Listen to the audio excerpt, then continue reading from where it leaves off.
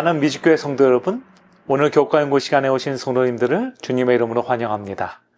이번 주 저희는 신의 산에서 주신 언약이라는 주제로 하나님의 말씀을 함께 묵상하겠습니다. 다 함께 기도로 오늘 교과 연구를 시작하겠습니다. 사랑과 은혜가 풍성하신 하나님 아버지, 오늘 이 아침 저희를 하나님의 말씀 앞으로 불러 모아주시니 감사합니다. 이 시간 저희의 마음과 생각을 주님께 향하게 하시고 오직 주님의 말씀에 우리의 귀를 기울일 수 있도록 인도하여 주시옵소서. 저희가 애굽의 종살이에서 구원받은 이스라엘 백성처럼 독수리 날개에 업혀 주님께로 나아왔음을 기억하게 하시고 신의 산에서 언약을 맺으신 주님의 크신 사랑과 은혜를 깊이 깨닫게 하여 주시옵소서. 오늘 말씀을 통해 저희의 삶이 새로워지고 주님의 거룩한 백성으로서의 사명을 다시 한번 다짐하는 복된 시간이 되게 하여 주시기를 간절히 바라오며 이 모든 말씀 우리를 사랑하시는 예수 그리스도 이름으로 간절히 기도드리옵나이다. 아멘. 일요일 교과 연구의 주제는 신의 산에서입니다. 이스라엘 백성이 애굽을 떠나 약 2달 후 그들은 신의 산 광야에 도착했습니다. 하나님께서는 약속의 땅인 가나안으로 바로 인도하지 않으시고 그들을 먼저 이 신의 산으로 부르셨습니다. 사실 신의 산까지 이스라엘 백성의 여정은 결코 쉬운 여정이 아니었습니다. 그래서 출애굽기 19장 4절을 보면 하나님께서는 모세를 통해 이스라엘 백성에게 이렇게 말씀하십니다. 내가 어떻게 독수리 날개로 너희를 업어 내게로 인도하였음을 너희가 보았느니라. 이 말씀은 단순히 길을 안내하는 것을 넘어서 독수리가 새끼를 안전하게 보호하듯이 하나님께서 당신의 백성을 향해서 깊은 사랑과 보호하심으로 인도하셨다는 것을 보여줍니다. 하나님은 이토록 그분의 자녀들을 보호하셔서 신의 산 앞으로 인도하셨습니다. 하나님께서 인도하신 신의 산은 우리가 아는 바와 같이 모세가 떨기나무 가운데서 하나님을 처음 만난 장소였으며 훗날 십계명을 받았던 장소였습니다. 그리고 후에 선지자 엘리야가 하나님을 만났던 거룩한 장소이기도 합니다. 오늘날 많은 학자들은 이 산이 시나이 반도에 있는 제벨 무사, 즉 모세의 산일 것이라고 추정합니다. 그리고 이스라엘 백성들은 이 신의 산에서 약 1년간을 머물게 됩니다. 그렇다면 여기서 우리는 한 가지 질문을 이 장면에서 생각하지 않을 수 없습니다. 그것은 바로 왜 하나님께서는 가나안을 향해서 지금 가야 하는 이스라엘 백성들에게 무려 1년이라는 시간을 지금 신의 산에서 머물게 하셨을까라는 것이죠. 이스라엘 백성이 가나안을 향해 가는 여정 중에서 이 신의 산에서 보낸 1년이라는 긴 시간을 머물게 하신 것은 하나님의 깊은 언약적인 목적이 있었기 때문입니다. 이 기간은 단순한 휴식이 아니라 하나님께서 그들과 공식적인 언약을 맺으시고 당신의 백성으로 온전히 하나님의 백성이 되기를 준비시키는 매우 중요한 과정의 시간이었던 것이죠. 그래서 첫 번째 신의 산 1년의 의미는 거룩한 백성으로서의 언약 체결입니다. 하나님께서는 신의 산에서 이스라엘에게 십계명을 주시고 율법을 선포하셨습니다. 이는 단순히 규칙을 정해주신 것이 아니라 너희는 내게 대하여 제사장 나라가 되며 거룩한 백성이 되리라는 그 언약을 맺으신 것입니다. 이 언약은 하나님께서 이스라엘의 하나님이 되시고 이스라엘은 하나님의 백성이 되어서 그분의 뜻을 따르겠다라는 상호 언약적인 약속이었던 것이죠. 1년이라는 시간은 이 언약의 의미를 깨닫고 그들의 삶에 적용할 수 있는 준비를 하는 기간이었던 것입니다. 두 번째 신의 산 1년의 의미는 하나님의 임재를 위한 성소 건축이었습니다. 이스라엘이 신의 산에 머무는 동안 하나님께서는 성막을 지을 것을 명령하셨습니다. 성막은 하나님께서 그의 백성 가운데 거하시기 위함이었습니다. 출애굽기 25장 8절은 이렇게 말하고 있습니다. 내가 그들 중에 거할 성소를 그들이 나를 위하여 짓되. 성막은 하나님의 임재를 상징하는 장소로서 이스라엘 백성은 이 성막을 중심으로 하나님과 소통하고 죄를 용서받는 길을 배우게 되었습니다. 이 과정을 통해 그들은 눈에 보이지 않는 하나님께서 자신들과 항상 함께 하신다라는 언약적인 관계의 확신을 갖게 된 것입니다. 그리고 마지막으로 시내산 1년의 의미는 예배와 제사 제도의 확립입니다. 시내산에서 하나님께서는 레위기서를 통해서 제사장 직분과 다양한 제사법을 자세히 알려주셨습니다. 이는 거룩하신 하나님께 죄인된 인간이 나아갈 수 있는 길을 열어주신 이 언약적인 은혜였습니다. 이스라엘 백성은 이 제사 제도를 통해 죄의 용서를 받고 하나님과의 관계를 회복하며 정결함을 유지하는 방법을 배웠던 것이죠. 이 훈련은 가나안에 들어가서도 그들이 거룩한 백성으로서 계속해서 하나님을 예배하며 살아가기 위한 필수적인 과정이었던 것입니다.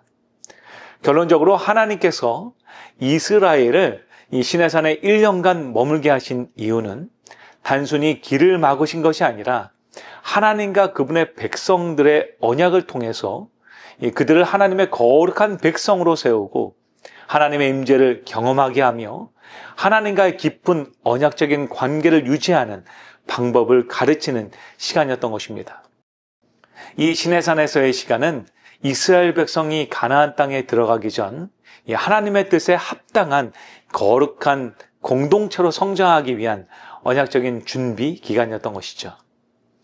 이처럼 하나님께서는 시내산에서 이스라엘과 언약을 맺으시며 세 가지 놀라운 약속을 더해 주셨습니다. 그 약속을 출애굽기 19장 5절과 6절은 다음과 같이 우리에게 설명하고 있습니다. 너희가 내 말을 잘 듣고 내 언약을 지키면 너희는 모든 민족 중에서 내 소유가 되겠고 너희가 내게 대하여 제사장 나라가 되며 거룩한 백성이 되리라. 하나님의 언약의 약속은 하나님의 특별한 소유가 된다는 첫 번째 약속을 포함하고 있습니다. 여기서 특별한 소유가 된다는 이 말에서 히브리어 세굴라라는 것은 이 왕의 보물창고에 보관된 귀하고 값진 보물을 의미합니다. 하나님께서는 이스라엘 백성은 모든 민족 중에서 가장 소중한 보물로 삼으시겠다고 약속하신 것입니다. 그리고 이 약속의 두 번째 의미는 제사장 나라를 삼으신다는 것입니다. 이스라엘 백성 모두가 하나님과 세상 사이를 연결하는 제사장 역할을 하도록 부르심을 받았다는 것을 의미하죠.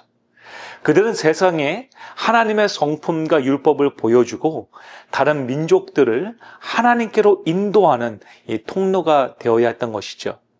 그리고 이 약속의 마지막 약속은 그들이 거룩한 백성이 된다는 것이었습니다.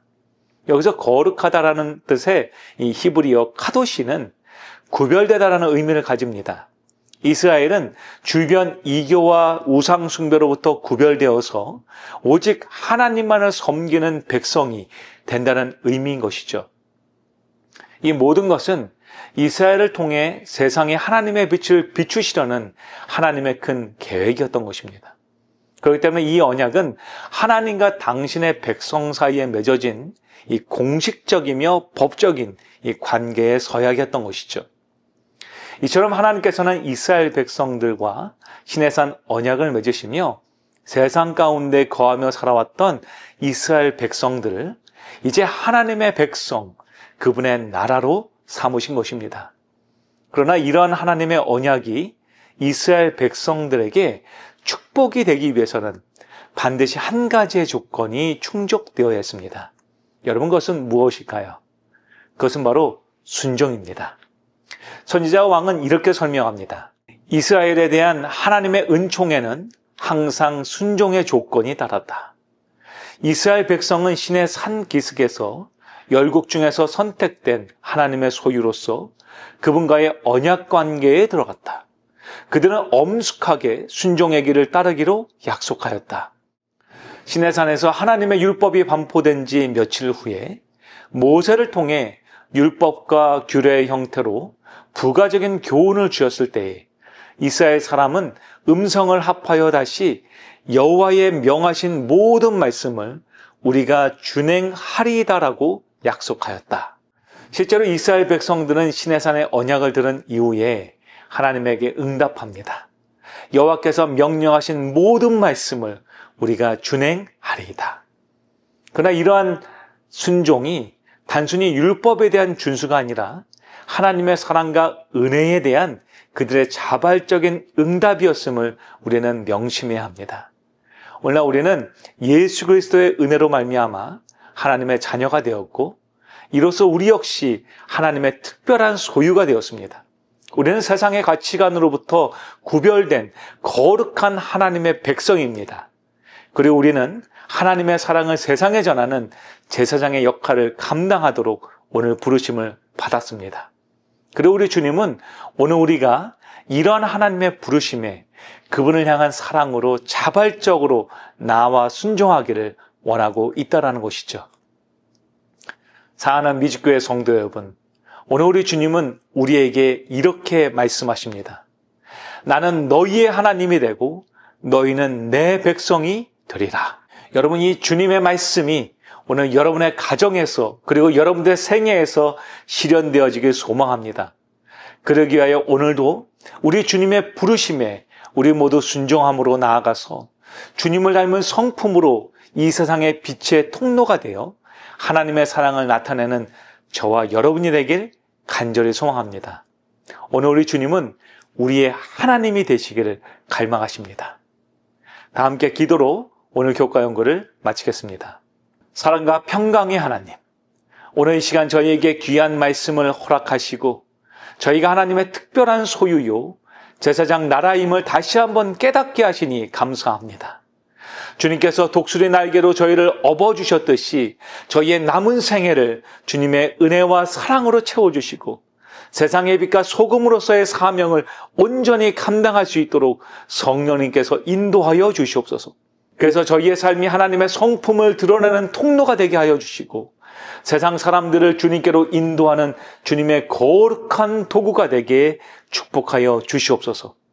이 모든 것을 허락하신 주님께 감사드리오며 우리 주 예수 그리스도 이름으로 간절히 기도드리옵나이다. 아멘.